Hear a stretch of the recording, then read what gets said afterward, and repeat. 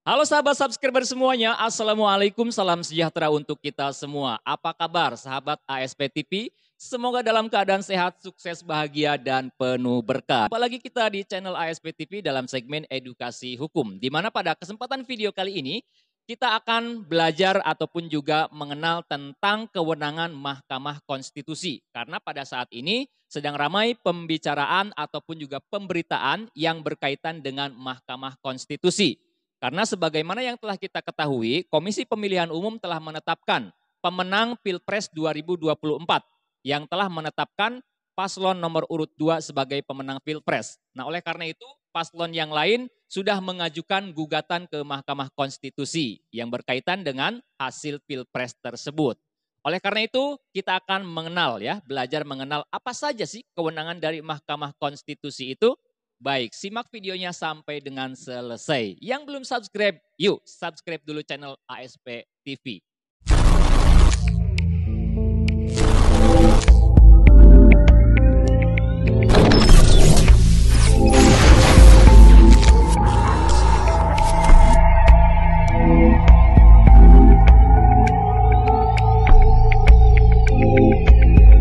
Ya, berkenaan dengan kewenangan atau wewenang dari Mahkamah Konstitusi, alhamdulillah ini saya sudah merangkum dari beberapa referensi ilmiah yang berkaitan dengan Mahkamah Konstitusi.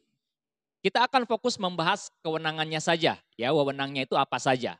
Baik, kewenangan Mahkamah Konstitusi yaitu mengadili pada tingkat pertama dan terakhir yang putusannya bersifat final. Jadi, putusan Mahkamah Konstitusi itu tidak dapat diajukan upaya hukum.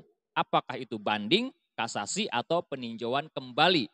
Melainkan bersifat final. Karena mengadilinya yaitu pada tingkat pertama dan terakhir. Itu maksudnya.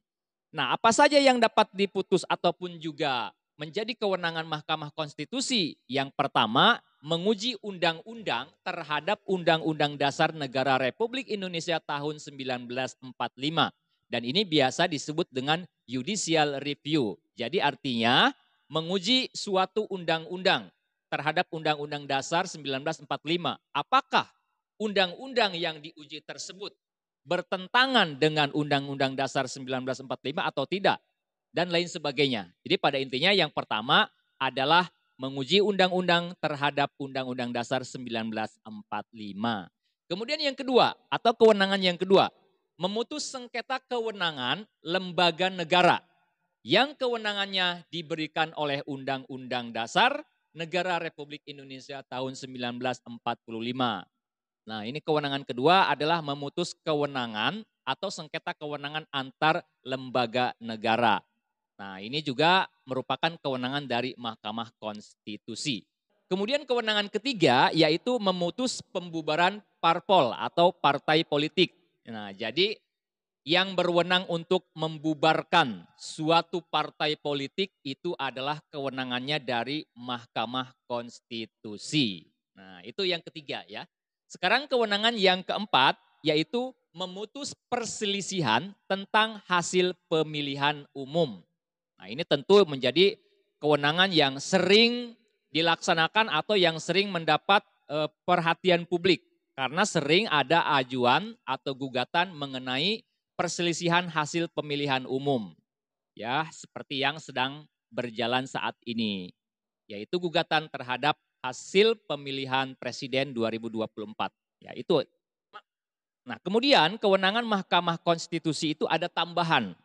Jadi ada tambahan kewenangan Mahkamah Konstitusi yang diatur oleh Undang-Undang Nomor 8 Tahun 2015 atau berdasarkan Undang-Undang Nomor 8 Tahun 2015, di mana Mahkamah Konstitusi diberikan kewenangan tambahan sepanjang belum ada atau belum dibentuk peradilan khusus untuk menangani perkara tersebut. Nah, apa saja kewenangan tambahan tersebut? Yaitu memutus perselisihan hasil pemilihan gubernur, hasil pemilihan bupati, dan hasil pemilihan wali kota selama belum terbentuk peradilan khusus. Nah, jadi ada kewenangan tambahan bagi Mahkamah Konstitusi, yaitu memeriksa sengketa pilgub.